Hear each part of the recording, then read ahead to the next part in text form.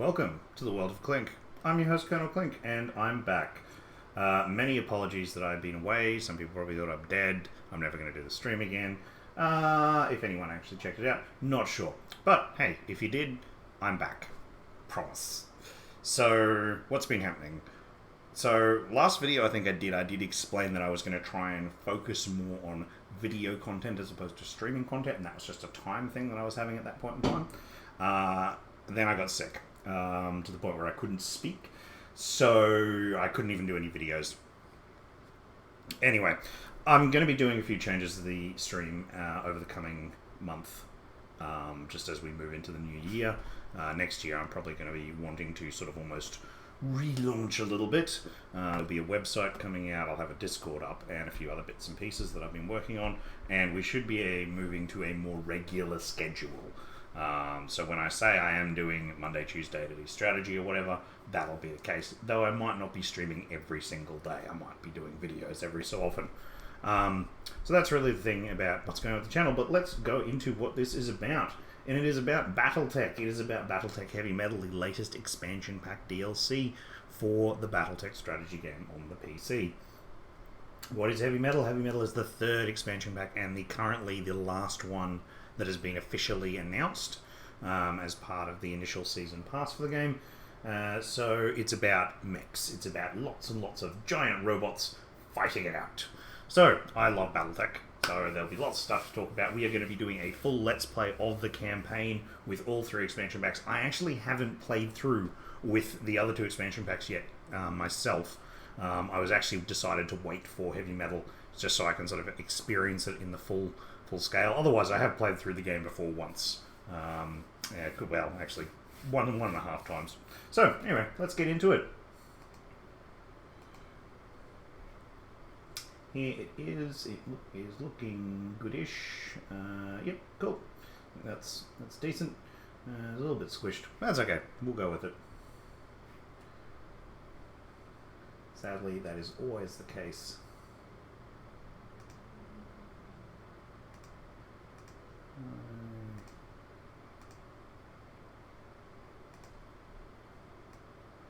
Just going to be doing some fiddling.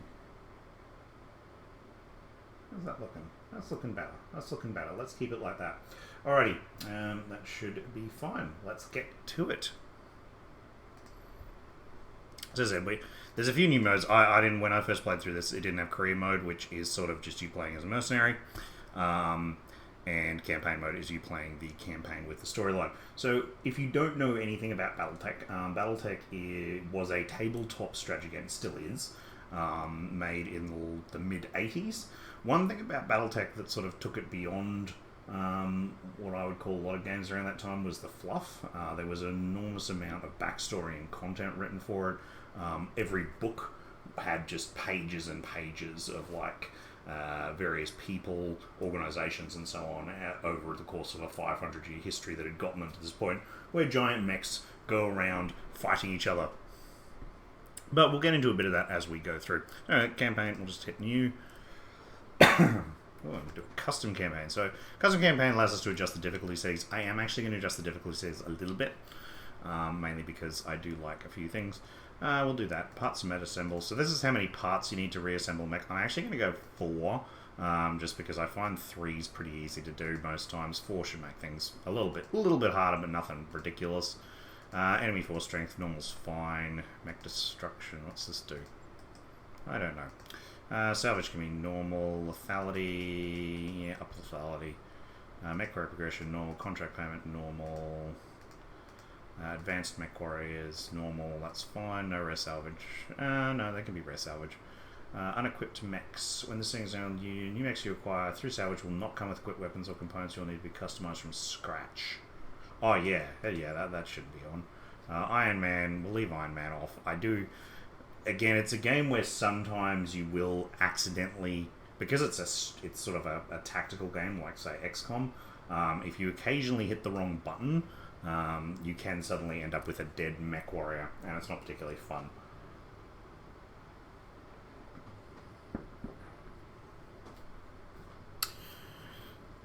regards to my other games I've been still having a number of issues with my computer crashing. I sort of half fixed it, and then it started just happening again. Really annoying. So I'm hoping... I mean, I had a quick try of this the other day, and it didn't have any crashes, so I'm hoping this one is fine.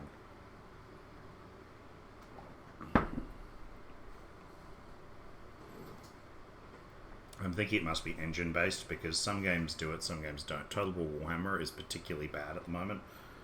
There's apparently a bug which is causing it. Dunno. God, it's taking its sweet time to load, isn't it? This is a great expectation on loading times. Admittedly, this is not on my SSD. I don't keep games on my SSD. They're on my regular hard drive, so it's probably taking its time.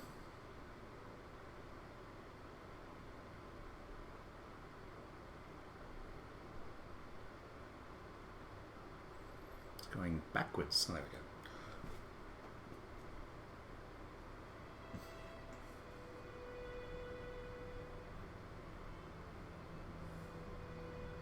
I am Kamea of House Arana, High Lady of the Oregon Reach, Protector of Coromedere, and the Sword of Restoration. I am not a hero, no matter what the stories say. A hero would have sacrificed more, compromised less. A hero would have done better. You know this, of course. You were there. My father used to tell me stories about the ancient times, about the Star League, a golden age of prosperity, upheld by the great Mechwarriors of old, guardians of the innocent, protectors of the peace. I always dreamed of following in their footsteps. I was too young to see the truth of things. After all, it wasn't heroism or a noble cause that won me the throne. It was hiring a mercenary, skilled enough, perhaps ruthless enough, to carry the day. Ooh, I wonder who that could be. Oh my god, it's us. What have we done? I know some people don't like these cutscenes. I really like these cutscenes. I think they just look damn cool. Or mercenary mind. Your actions gave us hope. That makes you a hero in the eyes of history. Whether you believe it, that's up to you. So this was a little bit of an exposition as to what was going on.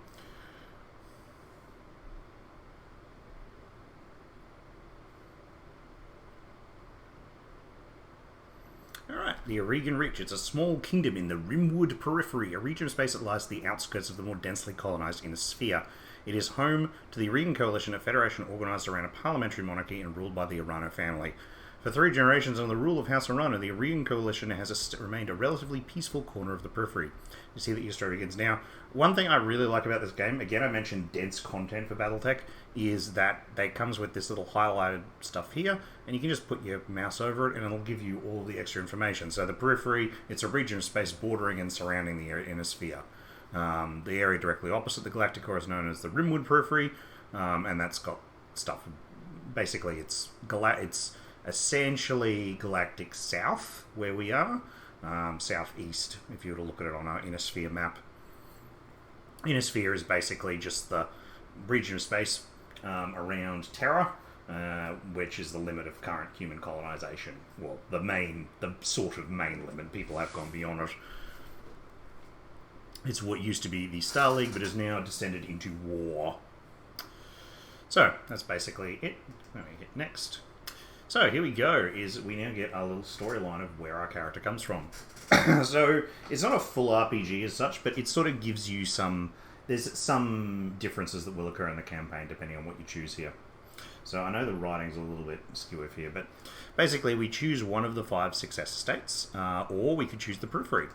So we could come from, like, the Monastery of Canopus.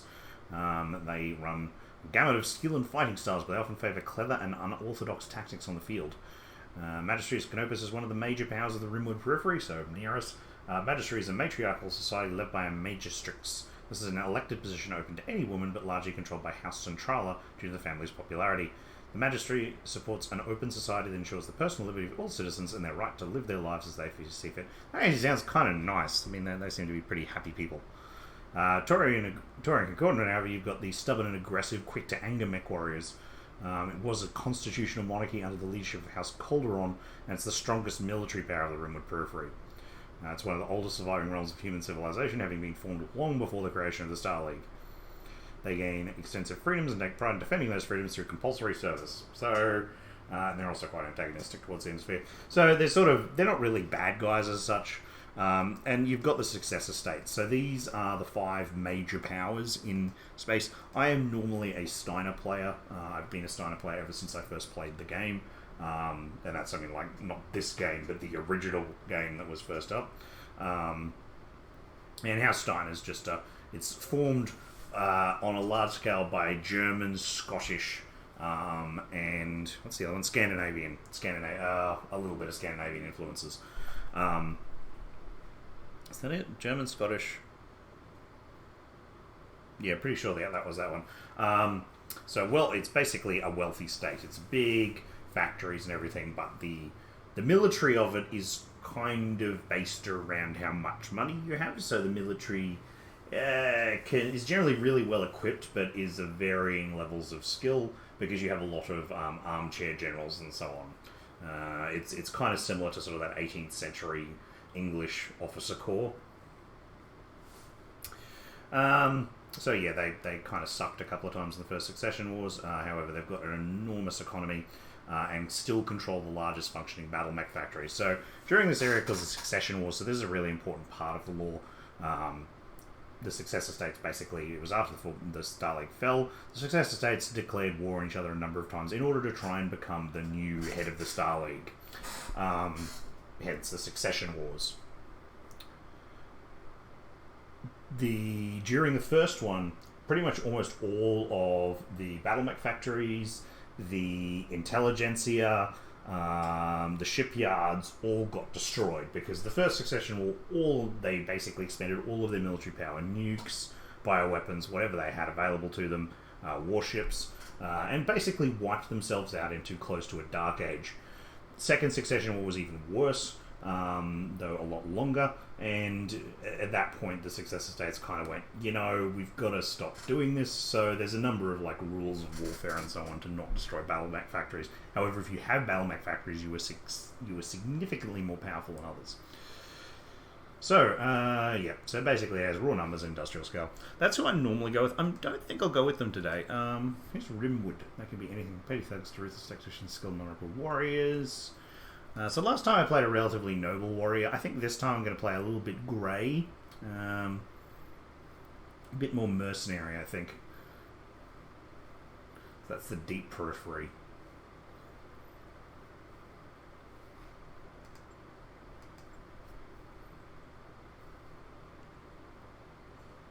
Let's go Magistracy of Canopus. I think we'll go with the Magistracy of Canopus. So, you are of noble birth. Though immigrants to the Aurigan Reach, your family soon established a comfortable presence in a small backwater system on the edge of Aurigan space. By the time you were born, your family had become the de facto ruling nobility of the system's only inhabited planet. You were the oldest child, heir to the family's title, an ancestral battle mech, and old Blackjack BJ-1. That's our first mech. This is where you meet Raju Mastiff Montgomery, a veteran of the Succession Wars, whom your parents hired on for a season to train you as a mech warrior. He's worked for, basically it just says here, he's trained a lot of mech warriors, particularly noble house ones. Raju was a strict but capable teacher, and he quickly became a skilled pilot under his tutelage. It was an uneventful life. Until the day after your 16th birthday, when you were exiled. Once the promising assignment, so this is where you get little abilities. So this gives you gunnery and tactics after you were exiled. By committing an unforgivable transgression, and you nicked the Blackjack. Struck out on your own, piloting and tactics. Your family went bankrupt. So that's possible. Your family died in a freak jump ship accident after you discovered they had left nothing behind but piles of debt. You sold everything and set off on your own with only your family's ancestral blackjack left to your name. Alternatively, your family was betrayed, but you were the sole surviving member of your house. So again, this leads to various traits. Now, metagaming wise, tactics I think used to be the big. I think it was tactics used to be the best one. Guts had some additional benefits. That's changed. They altered quite a lot of the original traits of the game. I'm thinking at the moment I'm probably going to want... yeah, I stuck out on my own. I don't have some ridiculous backstory. I just went off and became a Mechwarrior. That sounds good. But then I fell into the life of an Oregon Coalition soldier. So that gets you gunnery. A frontier pirate.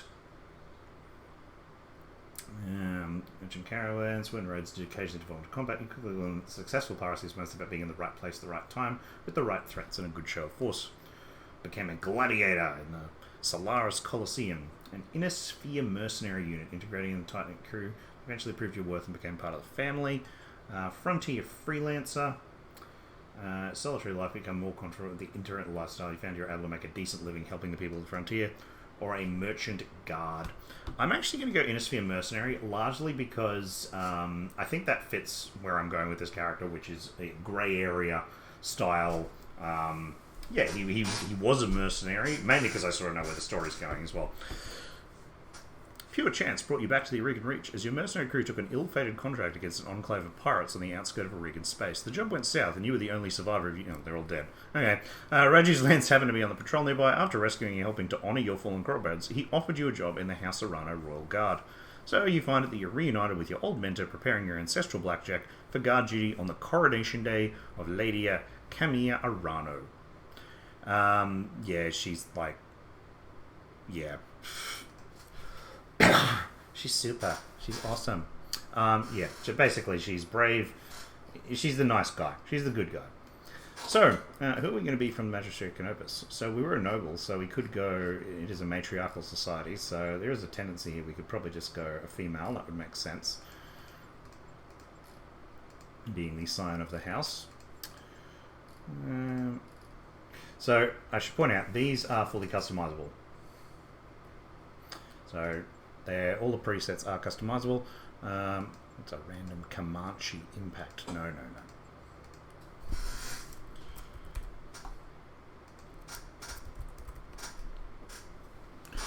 Cool. My Mechwarrior call sign will be... I'm not sure yet. Let's think about this.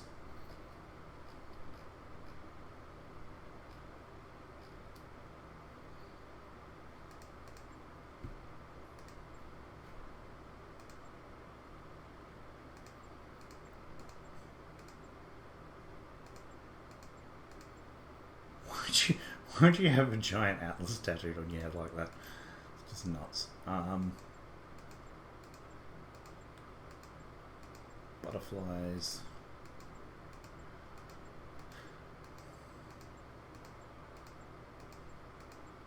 This is what I do like about this setting, is that they just try to add in a lot of stuff that a lot of other games that sort of balk at a bit.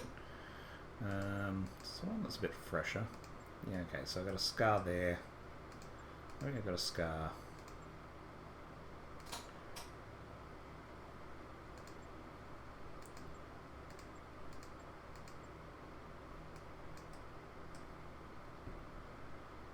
That's right, the camera's around that way, isn't it? Change the lighting.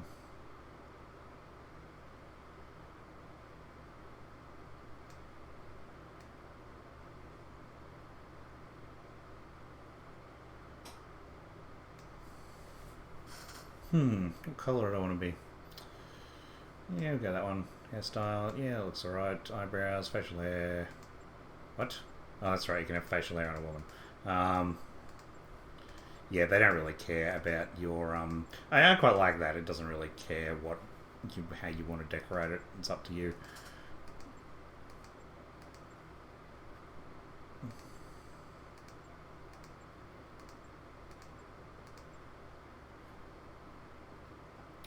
That's right, and I can change my roots and my hair tips. Yeah, let's go a shock of blue hair. Sounds good. Eyes, yeah, I'll go. Yeah, wow. Yeah, no, let's just keep it that colour. Skin colour, yeah, that's fine. Lips can just be remain like that. Makeup doesn't really have any. Can't change the tattoo colour, make it darker, but that's fine. That is our Mechwarrior. Who should we call her? Well, I think it's basically pretty simple. We will go with, I think.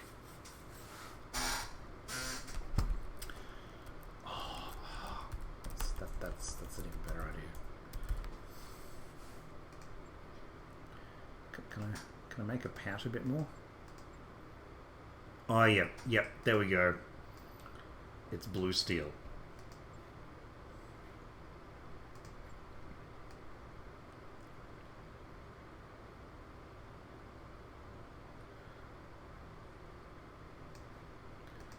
Perfect. Perfect.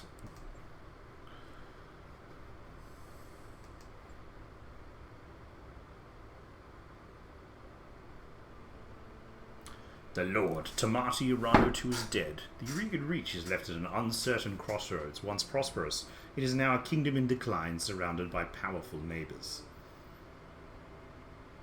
Lord Santiago Espinosa, brother-in-law to the late High Lord, is convinced that the slow-moving Council of Founding Houses must be dissolved. His proposed directive would conscript their house guard and centralise power under a single throne. However, the High Lord's heir, the noble Lady Camilla Arano, is determined to rebuild the Reach without transforming it into an authoritarian state. She refuses to enact her uncle's directive, and has rebuked his vehement pleas to reconsider. On the morning of Lady Arano's ascension to the throne, her loyal captain of the guard, Raju Mastiff Montgomery, makes preparations to escort her safely to the coronation procession that awaits in Cordia City.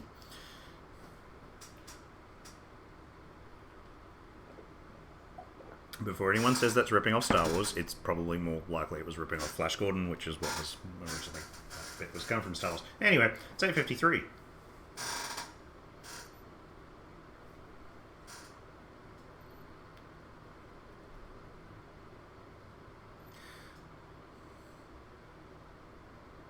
I like it that it gives you not only it gives you a tip as well as some lore information. I like that. Immersion is important, and this game, I think, really does immersion well.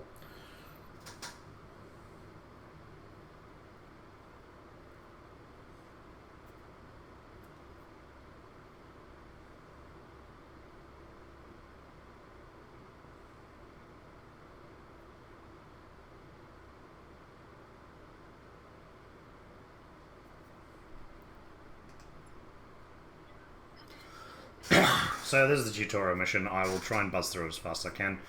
Alright, move the mouse. Yep, to move the camera. How do we move the camera? We do that. We can do this. Whee! Isn't that easy? Whee! Okay, blue steel. I had the Espinosa refit yards. Rush the repairs on your blackjack. Looks like it's all in one piece, but we should run some diagnostics. I want to tell you about the job I brought you out here to do. Now do me a favor, get the Battletech moving. Let's see if there are any kinks in the actuators. So, this is a turn-based strategy game, or what is it? Tactical. Turn-based tactical strategy game. I can never remember what the acronyms they make up for these things are anymore. Brought you here because there's something wrong in the capital. It's been too quiet since High Lord Damati's funeral, and I'm worried about Lady Camilla's safety during her coronation process. Let's conduct a weapons test. Target's one of the burnt-out old urban mechs.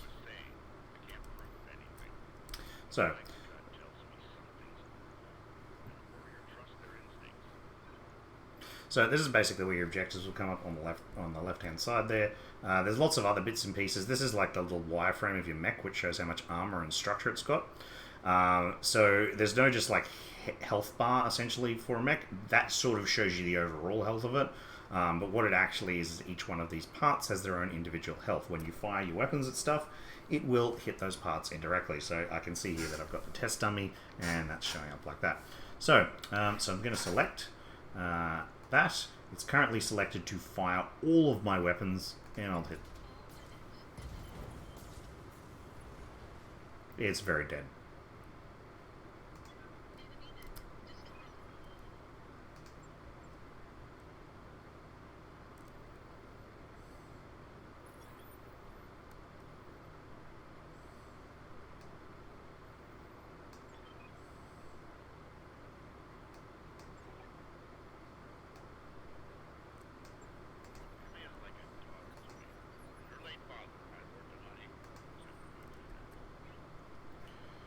Yep. And fire. So you normally wouldn't probably fire all your weapons at targets like this. This is mainly just for the tutorial purposes.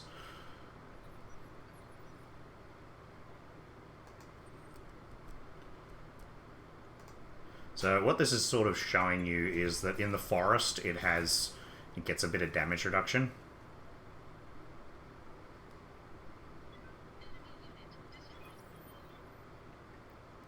Now, I don't know how familiar you are with the Rican politics, but the Reach has been badly shaken by Lord Tamati's death. It needs a smooth transfer of power, and Camilla belongs on the Cormorant throne. Go ahead and fire up your jump jets. Alright.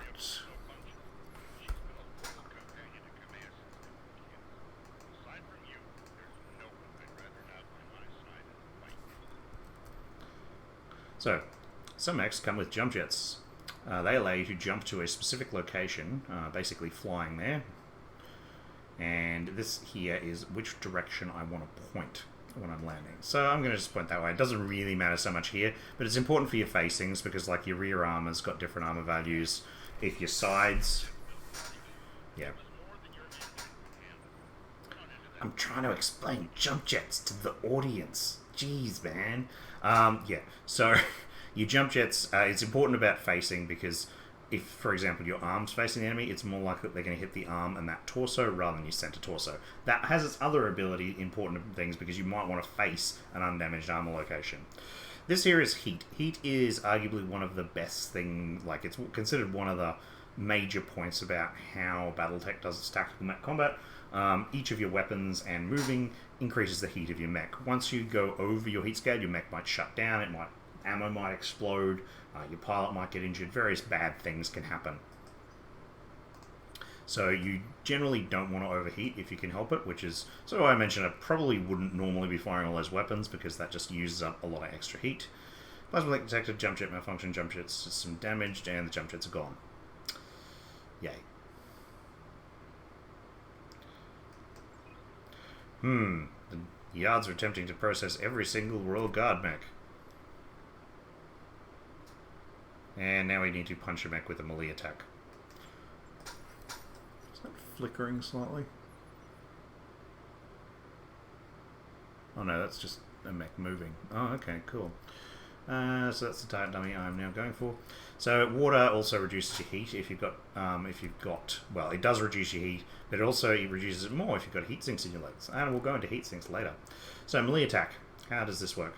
So I move up to someone and I can do this melee attack.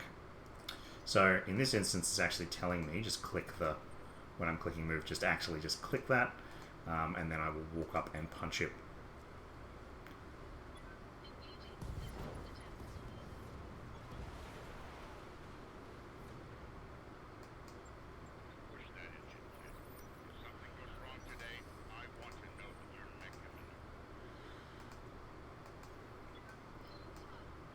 And sprinting is, of course, a double run move. Generally, you can't attack after you sprint.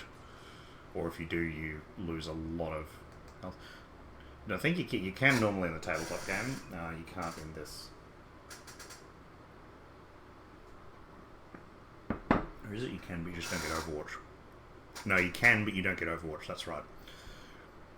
For what it's worth, I hope my suspicions turn out to be unfounded and we end the day having a good laugh about what a paranoid old man I've become. But if no, then I know you'll be ready.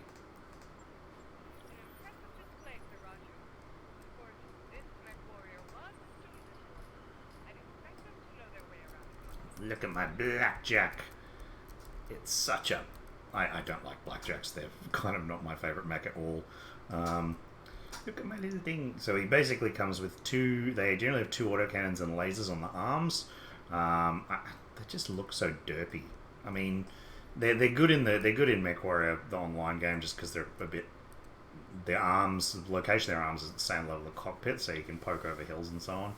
But personally, I don't like them that much. They're good medium mech. That's the other thing. Mechs are fully customizable, and depending on the tonnage and what you've got available to you. Victoria has been summoned to the Picton docks. She has a fleet inspection of the two of the refit yards to preside on before the coronation. And then your cousin will be responsible for the entire reach. Give my best to your father. Don't be late for the tourney. Gambling debts are already taking bets on how long it'll take me to cripple that customized monstrosity you pilot. Oh yeah, that's right. They've got to have a fight.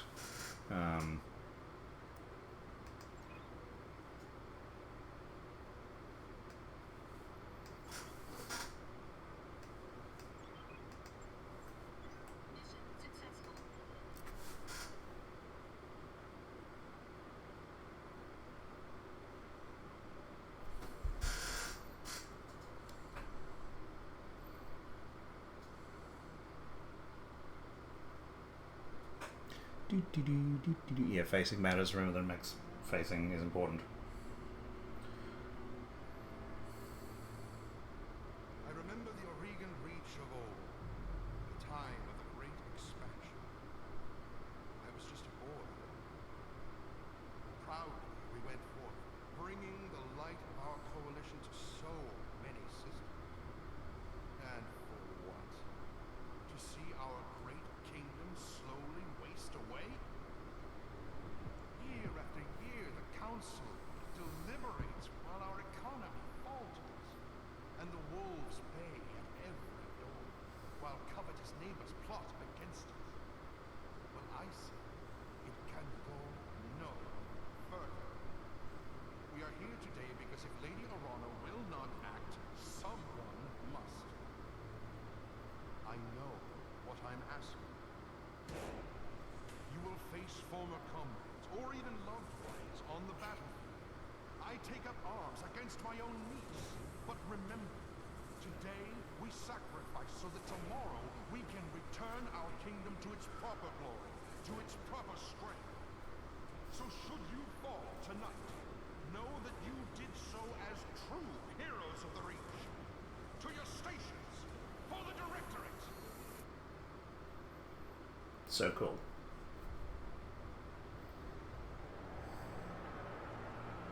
I mean, the story's cliche as hell, but this is just so awesome to watch.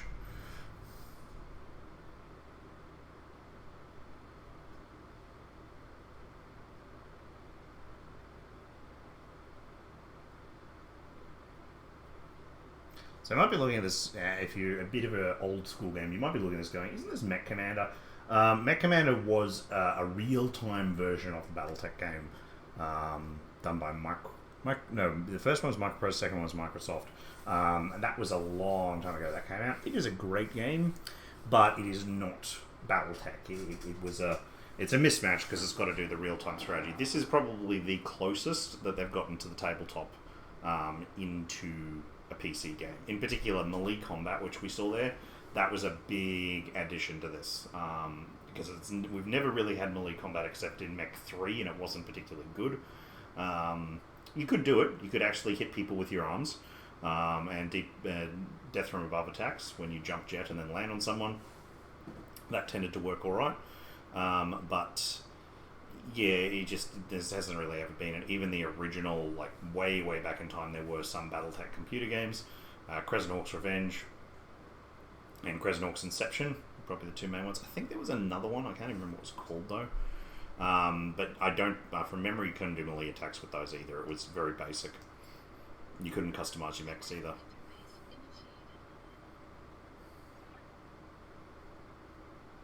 Going to miss this round through the clarity of purpose that I feel in the cockpit of BattleNet, the simplicity of it, but there they are just up ahead, the city gates and my future, all laid out before me. Wait, what's that smoke? A guard post, one of the small ones that dot the road leading into the capital, but the emergency ban's been quite a warning. I haven't heard anything about any fire. I don't like it. Kid, keep your head on a swivel and be ready for anything. So we've got here Mastiff and a Centurion. So who's up first? Camilla. Okay. So I'm actually going to move my mech first because Camilla's like the head of state and I probably don't want to get her killed. She's also in a Kintaro, which I don't really regard as a particularly good mech. I kind of regard the Blackjack as better than it. It's a bit scrappy. It does have a lot of SRMs, which are short-range missiles. So it does a lot of short-range burst damage. It's not very good long range. It's more of a brawler. Probably none of this makes sense if you're not a Battletech person to understand what I'm meaning with all of this. And this game, when it came out, was highly regarded, but also regarded as very difficult for new players. They weren't, even with that tutorial, they just died a lot. Because there's a lot of things you've got to think about, and that's why I think this is one of my favourite tactical style games, because you've got to think about multiple things. You've got to think armor values, heat, weaponry, ammunition, where you're positioned, how many guys you got, how many guys are coming at you. That's laser fire. We need to get you out here right now. There's a patrol of Royal Guard up next. We should go to them.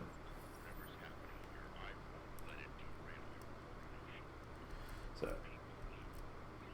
I'm going to move Kimmy up and leave her in the forest.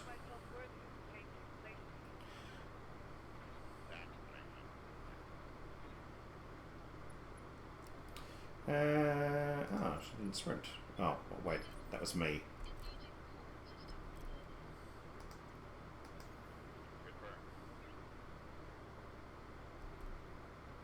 So because there's nothing that's going to happen here, it lets you go into sort of this semi-real-time turn-based thing where you can basically just move continuously. And that's simply because there's no enemies currently on the map.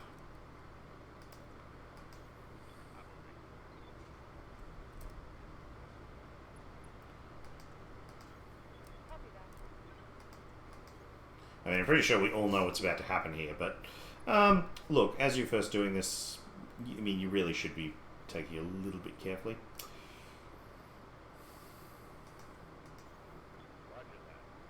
So you'll note that you are slower. These little dots represent how fast you can go, and you do get slower in forests.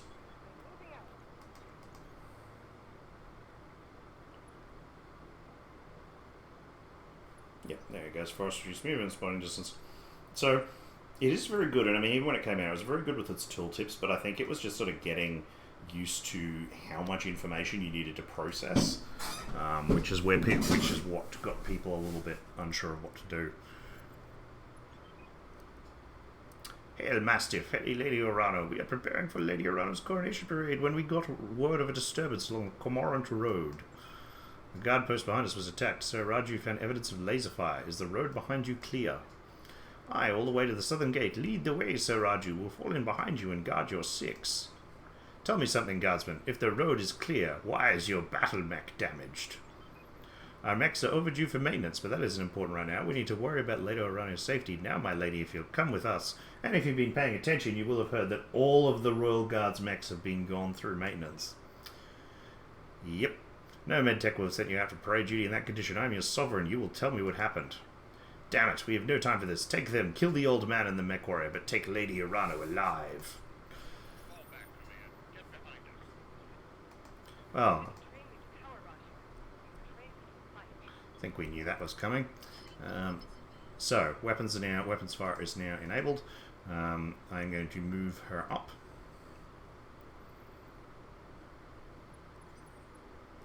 Oh, couldn't shoot with her? Oh, maybe I did sprint.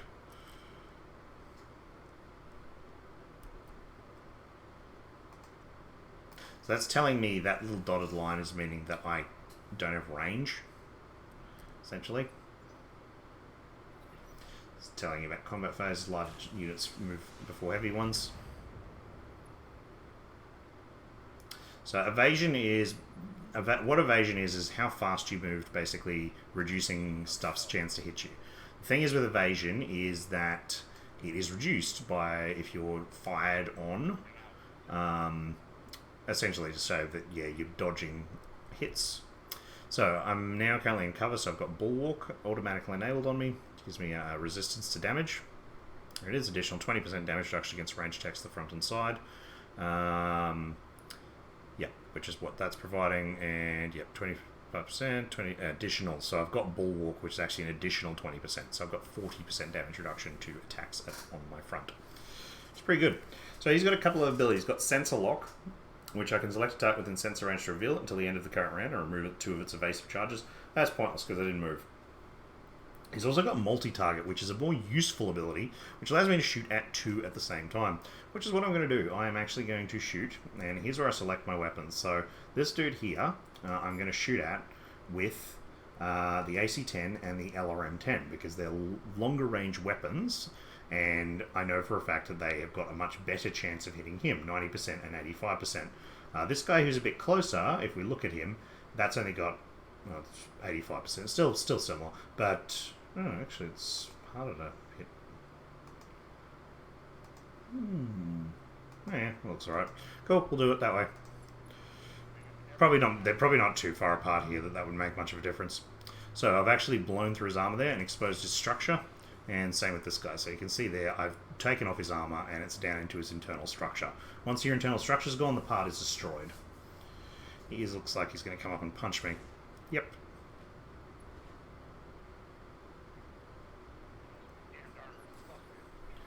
Oh, that was quick. Alright. Yeah, nuke that thing.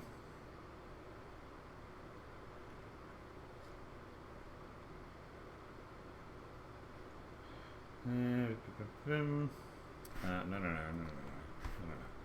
Attack. Shoot. Oh, I can't see it. Annoying. So, by my facing there, it's basically keeping my front arc in, and that's where I want at the moment. Front's fine. I haven't set this up. The Gintara's got weapons basically on either side of it.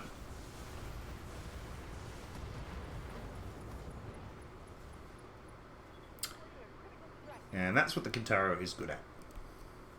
So I've blown off both his arms.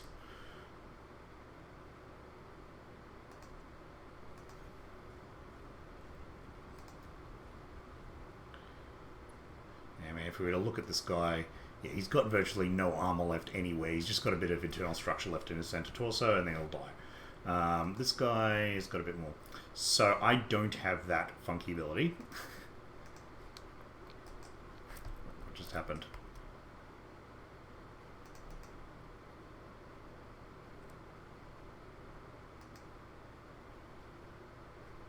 Ah, poop.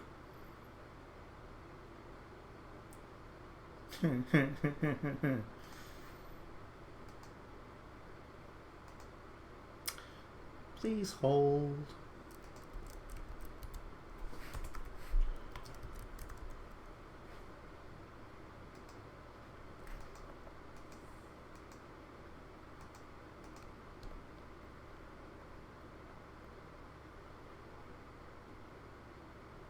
I didn't save. Shit.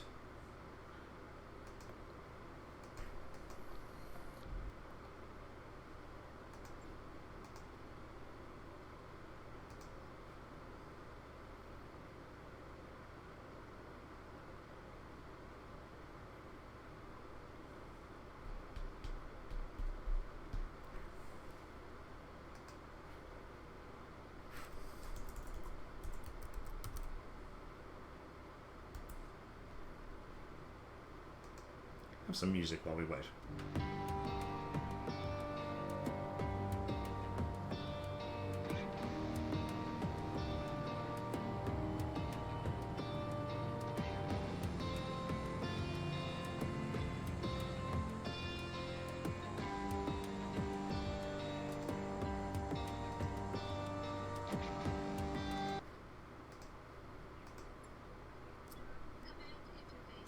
Yes.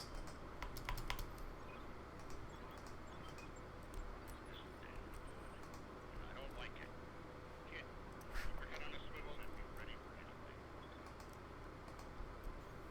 Roger that. Affirmative.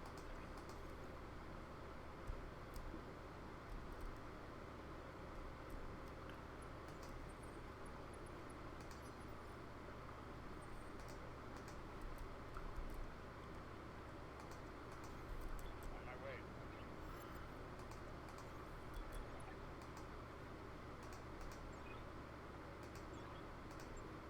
Whatever's happening here, I won't let it derail our coordination.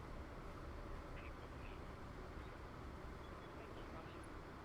Wilson might help Worthy take his place. That I have to do.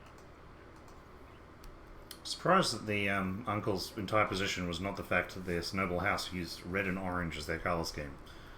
I mean, why?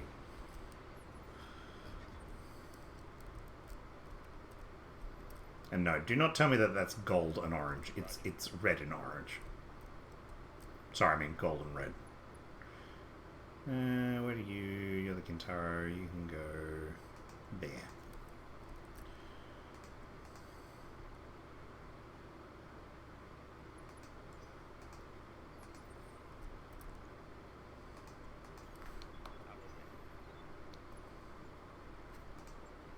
Sav.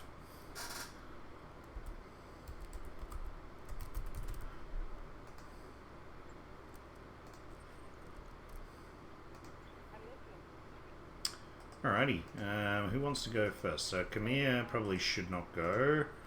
I can't get any further. Alright, so I can... Oh no, right. Kamir will need to go there.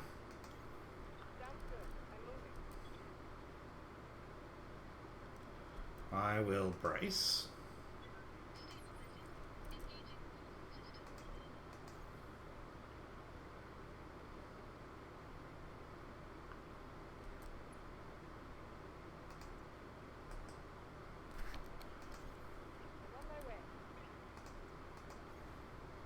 Oh, we can get into a little line. Right. First cab off the rank.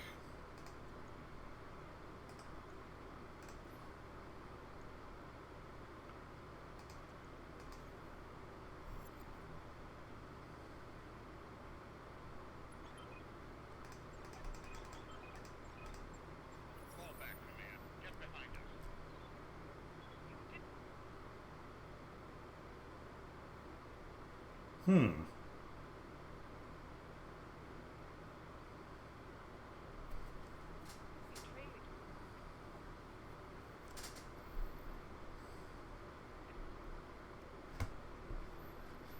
It's very strange. Please hold.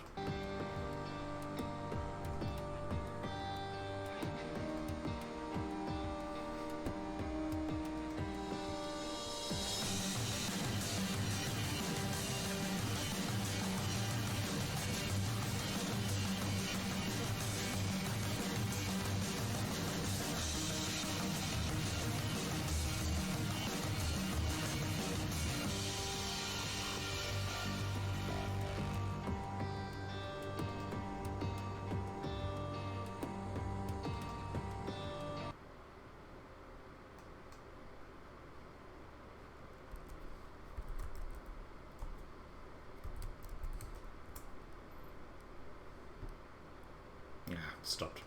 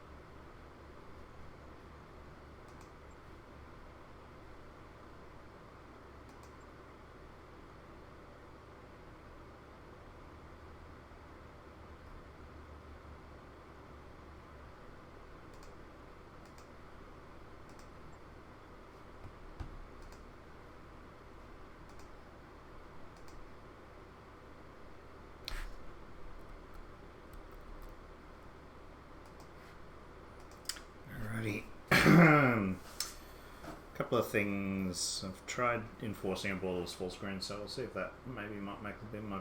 Yeah, might be causing a problem.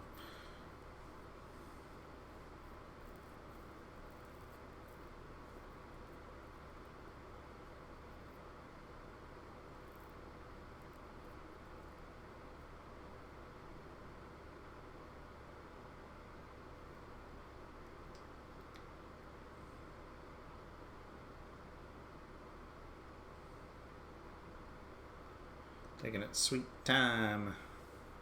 Yeah, I don't know what's happening with the moment with my computer. I'm worried something's gone bad, like lost a RAM stick or something.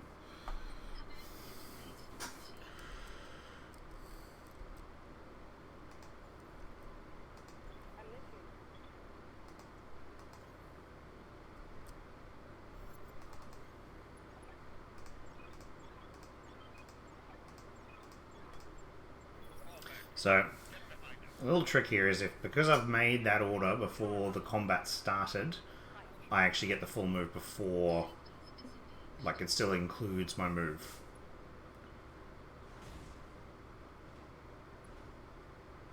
Ow. Yes, it was.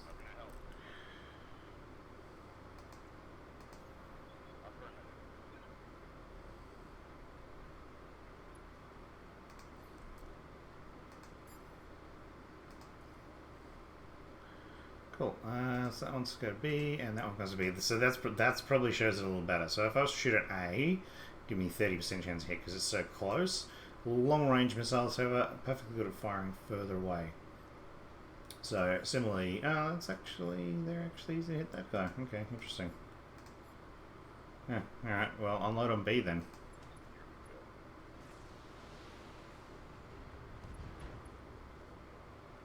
So I've managed to actually knock out, damage the pilot.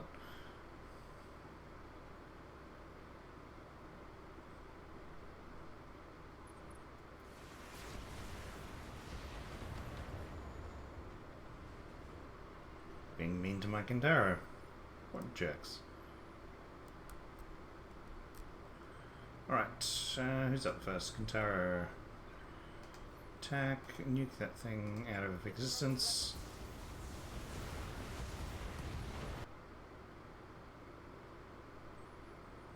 Wonder if it's effects. Maybe it's effects. Yeah, it's crashed again. Well, this is annoying.